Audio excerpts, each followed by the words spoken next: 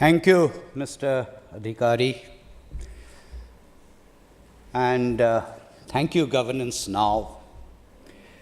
We also congratulate Governance Now because of the focus that it has had on railways and infrastructure in general.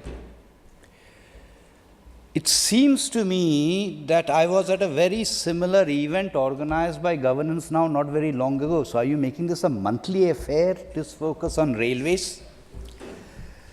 Good morning, ladies and gentlemen.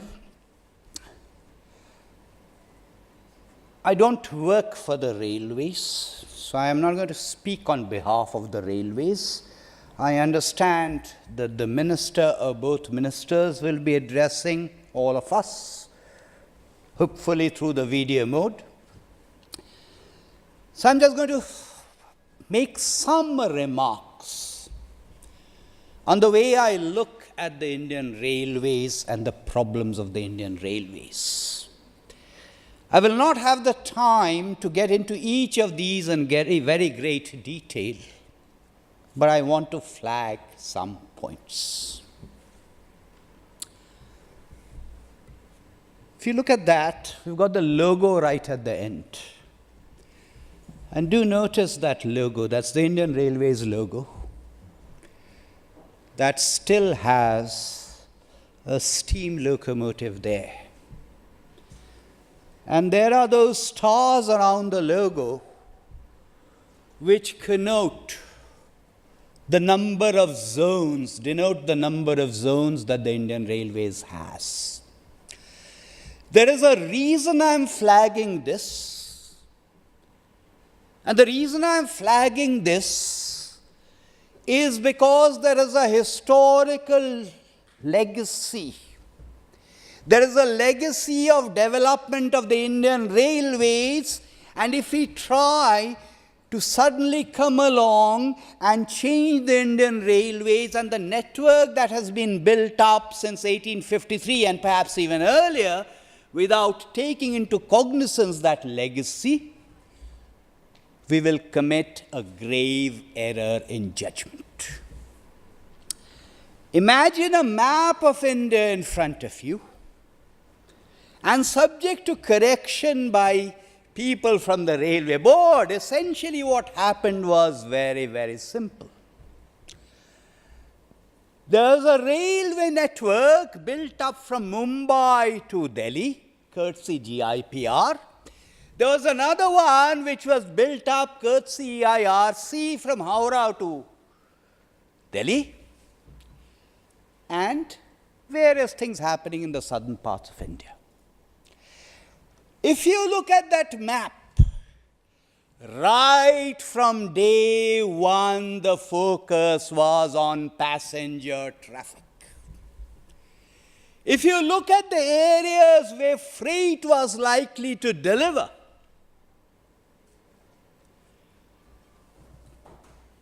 the Orissa, the Jharkhand, the Chhattisgarh, the Madhya Pradesh, those networks were never satisfactorily built up despite BNR. The railway board was set up in the year 1905. And I recommend to everyone here, and I recommend that Governance Now with its focus on the railways, reprint that report by the first secretary of the railway board in the year 1905, which listed out the problems of the evolution of railways in India. And one of the things that report said is, with its heavy emphasis on passengers, with the lack of emphasis on freight, the railways, A, to use today's jargon, will not be commercially viable, and 2, will not be able to bring about the kind of productivity improvements we expect because of what Marx said. He didn't quote Marx, I'm quoting Marx, about the introduction of railways not being able to prevent industrialization in the country. Now, don't get me wrong. I'm not blaming everything on history. All I'm saying is, let us remember the history. Yes, we have accentuated the problem because of what you just said about freight. And essentially what has happened, I'm caricaturing a little bit, but essentially what has happened is, less than 400 kilometers, the railways had already lost passenger revenue. The improvements in roads, the improvements in road transport had meant that less than 400 kilometers, it was already losing passengers. I'm not even talking about freight. More than 1,000 kilometers, it's now begun to lose that to the airlines.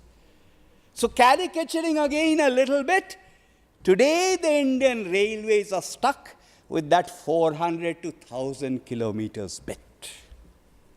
On the freight part, absolutely right.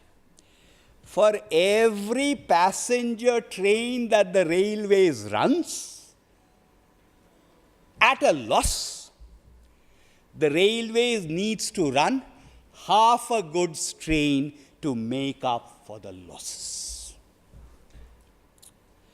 The railways have got into this mess, and I'm using the word mess consciously, because of what has happened over 5 decades, because of what has happened over 6 decades. You cannot suddenly expect to wave a magic wand and expect the improvements to happen overnight. How many trains does the railways run every day? 12,000, 13,000 passenger trains, another 9,000 odd, 10,000 odd goods trains. Mr. Adhikari, you mentioned the common man. Who is this common man? The discourse is captured by the common man who travels on AC 2-tire, who travels on AC 3-tire, who travels on Rajdhani, who travels on Shatabdi, who expects bullet trains and high-speed trains, who expects stations which are the like of the stations one sees in Western Europe and perhaps even China. But that's not really the common man who travels on the Indian railways, or common woman. 95% of people who travel on railways in India do not travel reserved. They travel unreserved. The passenger concessions, I think you mentioned those. Who are those passenger concessions available to? People who travel reserved. People who travel unreserved cannot avail of those passenger concessions.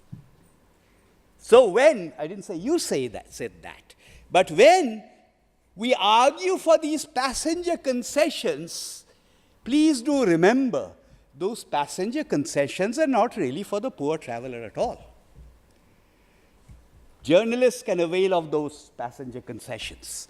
And I've never heard any journalist write saying, we do not deserve these passenger concessions. High-speed train, bullet train, indiscriminately used, without anyone ever trying to define those terms and state what they are.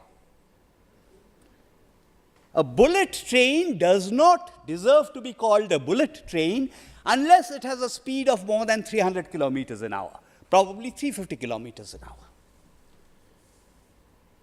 If those are incremental resources, as the Japanese aid is, although eventually it will have to be paid back, the moot question is that a priority for the Indian railways, unless those are incremental resources? Or is the priority for the Indian railways jacking average railway speeds up to 150 kilometers per hour or 160 kilometers per hour? And do realize the problem there. In terms of peak speeds, barring minor changes, minor tweaking to the lines, minor tweaking to the locomotives, minor tweaking to the rolling stock, peak speeds of 150 kilometers per hour are possible. What is the problem? The problem is the high density corridors.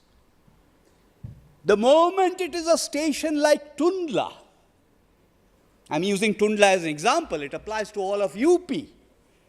Every day, at least 1,000 trains are running. Capacity utilization on certain sections of the high density tracks are in excess of 150%. Now, capacity is not the way an economist understands capacity. What it simply means is I'm putting in so many different trains there that the average speed slows down. It's a problem of limited capacity and mixed traffic. Along the same route, I am running the Rajdhani and the Shatabdi. Along that same route, I am running the slow passenger train. Along the same route, as a leftover, residual, I am running a goods train, which is the one that's bringing me revenue. Of course, one needs to build capacity, but capacity is not cheap. On an average, it will cost upwards of 10 crores per kilometer. Depending on the terrain, it will go up to 20 crores a kilometer. If it is segregated kind of bullet, ignoring land costs, it will go up to even 300 crores a kilometer. Hence, of course, the railways are in bad shape today. Of course, the OR numbers are bad. But these cannot be solved unless we address the question of structural reforms. Now, what do we mean by structural reforms? My take on the structural reforms is a little bit different. My first item on that structural reform agenda is a question about what the Indian railways are supposed to do. In my view, the primary focus of the Indian railways is to run trains, run them efficiently so that the average speed goes up, not just for the Rajdhani and the Shatabdi, but for everyone, and also the freight part. Purely in passing, the freight part will ease a little bit because of the freight corridors, particularly in the western side. But this does not necessarily mean that the revenue position of the Indian railways will improve. In all probability, it will come down because the remunerative freight will now move to the freight corridors. Related to this question is this figure of 1.3 million. For a completely different reason, I think this 1.3 million figure is a complete red herring. The issue is not this 1.3 million. The issue is the composition of this 1.3 million. If the core business is running trains, then do we have an adequate number of loco pilots? Do we have an adequate number of gangmen? Do we have an adequate number of personnel who are connected with that business of running trains? I think, and Shivgopal Mishra will correct me if I am wrong, I think there is a shortage there. The recruitment that has happened to the railways, and the railways is suffering today, largely also because of the wage and pension burden, in addition compounded by the pay commission, the large part of the recruitment in the railways over the last several years has been for the RPF. I'm not going to get into a debate here about the RPF and the GRP, but my limited point here is, in that core business of running trains, we have a shortage. The next point I want to make is, before we even mention the words corporatization and this, that, and the other, I need to talk about commercial accounting. I need to talk about commercial accounting not only because it is desirable to have commercial accounting to attract private sector investments, but also because I need that commercial accounting to know the kind of return public investments are fetching. In the present system, because of the complicated system of accounting, I don't even know what the average rate of return is on a typical railway project. On an average, my guess is it is not significantly over 2%. In some cases, it may also be negative. Now, the reason I'm flagging this point is whether I get funds, access funds using the World Bank window or the IRFC window, those are loans. They will have to be repaid, perhaps at an average rate of 7%. So unless I know what the rate of return is, I'm not even going to be in a position to know whether I will be in a position to pay back that loan. That includes the bullet train. Bullet trains nowhere in the world are generally viable unless I can exploit real estate. And yes, I know there is this great deal of euphoria about the private sector coming in and wonderful sources of revenue from exploiting land and real estate. Yes, there are figures that float around. I know we have someone here from the from the Station Development Corporation, so I should not shoot off my mouth too much. You'll have wonderful figures, 4.5 lakh hectares or something like that of railway land. For God's sake, where is that land? The bulk of that land is land that is required for building new railway lines. The bulk of that land is in areas where no commercial development and exploitation of land is possible. If you take all of that away, you come down to a more realistic figure of something like 400 hectares. Now, if you think of those stations, the word PPP is used a lot. What does PPP mean? I hate that expression actually because I don't know what it means. In some cases, you are talking about services. And if you think about it, most services on the railways are already privatized. They may not be very efficiently privatized, but they're already privatized, most services. If we are not talking about services and moving away to something else, are we talking about management, which is also PPP, of public assets?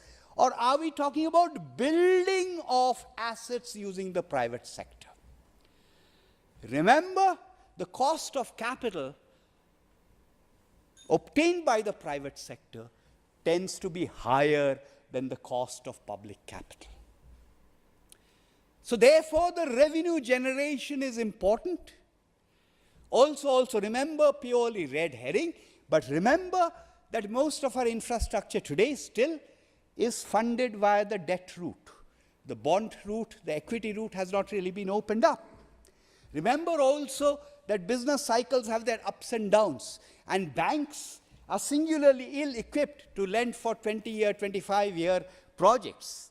So all private sector calculations go haywire, but leaving that aside, I know that the Railway Ministry thinks of 400 stations.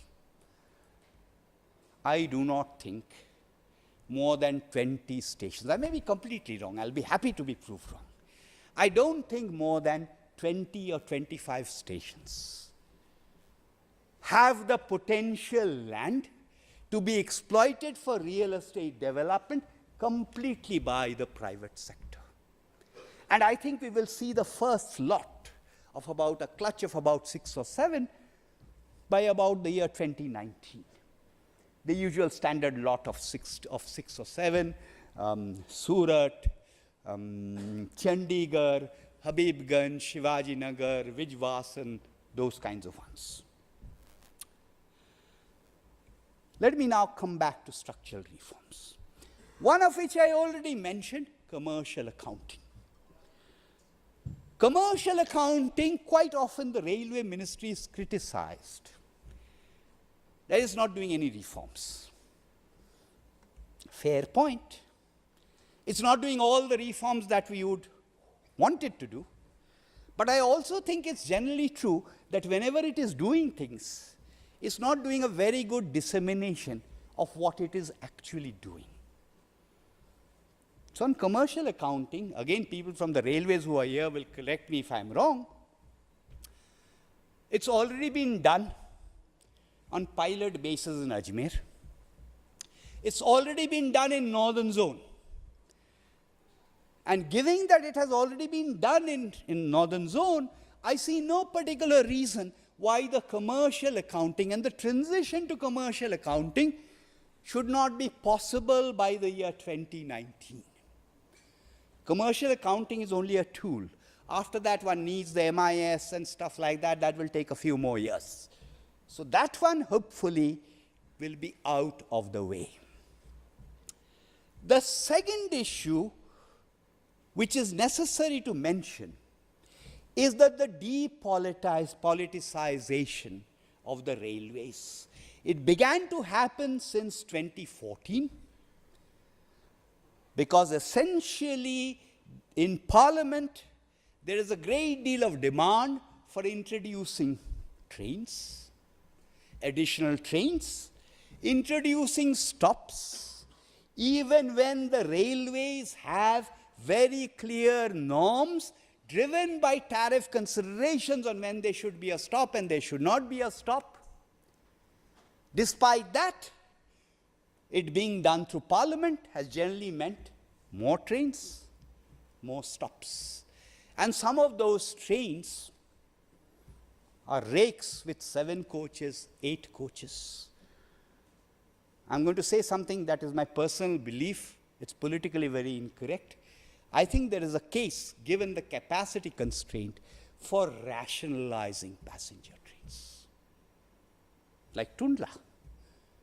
Why should we run slow passenger trains along that? I see no reason. It's well connected. Second point I want to make is, as you know, the form in which we have known the railway budget historically has changed. It's also been depoliticized in that sense. It's not quite the case, as newspaper reportage, not Governance Now, sometimes says, no more railway budget. That's stuff and nonsense. Everyone has a budget. Governance Now has a budget. Every organization has a budget. The railways also have a budget. All that will happen is that budget will not be placed before Parliament. In the process, the concept note was in the public domain. A regulator is going to be set up. The railways call it a development authority, but doesn't really matter. It's essentially a regulator. The regulator recommends tariffs, passenger as well as freight. It's still a recommendatory in nature. We don't know the exact form that the regulator will take. We have to wait and see, but it's in the works.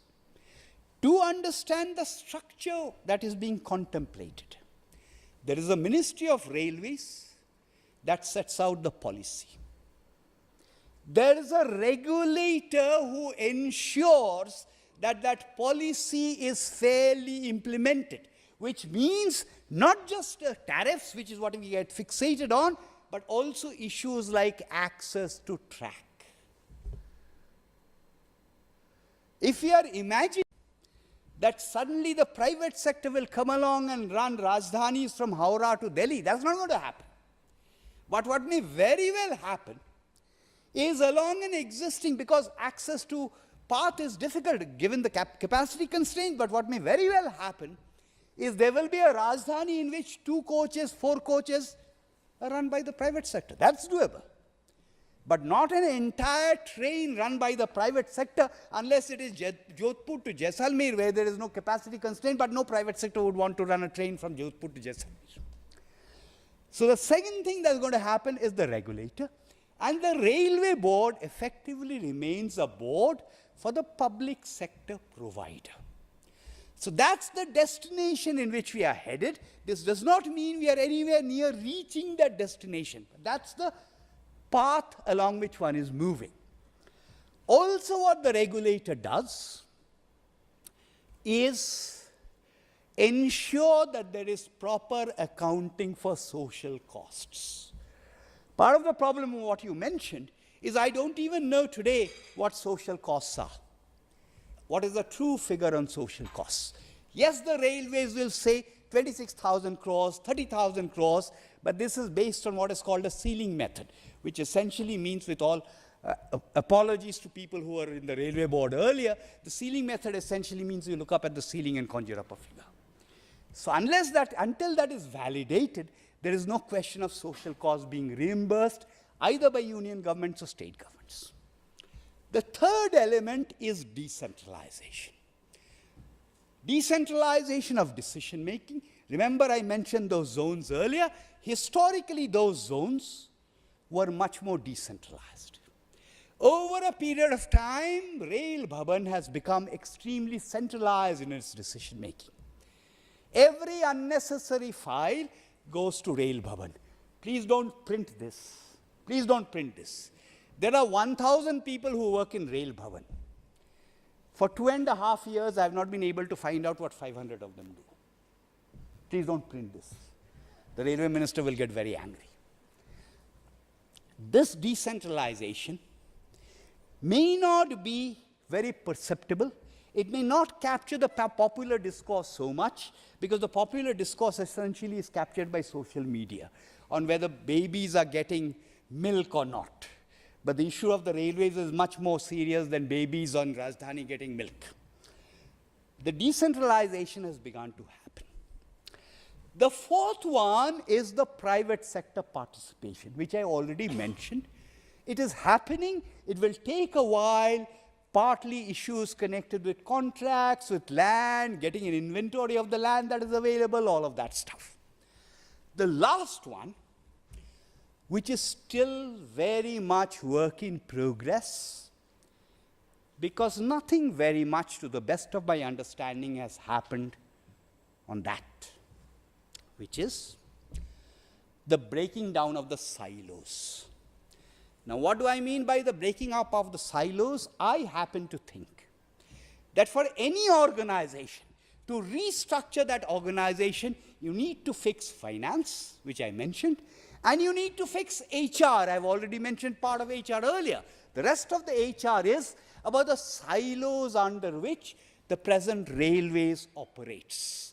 The silos begin at the officer level, the day you enter the services, depending on how you count, 7 services, 8 if you include medical, and further up, you continue to follow those silos. Unless you break down those silos, minor changes in nomenclature at the level of the railway board is just tinkering and tweaking. You need to break down those silos at the entry level.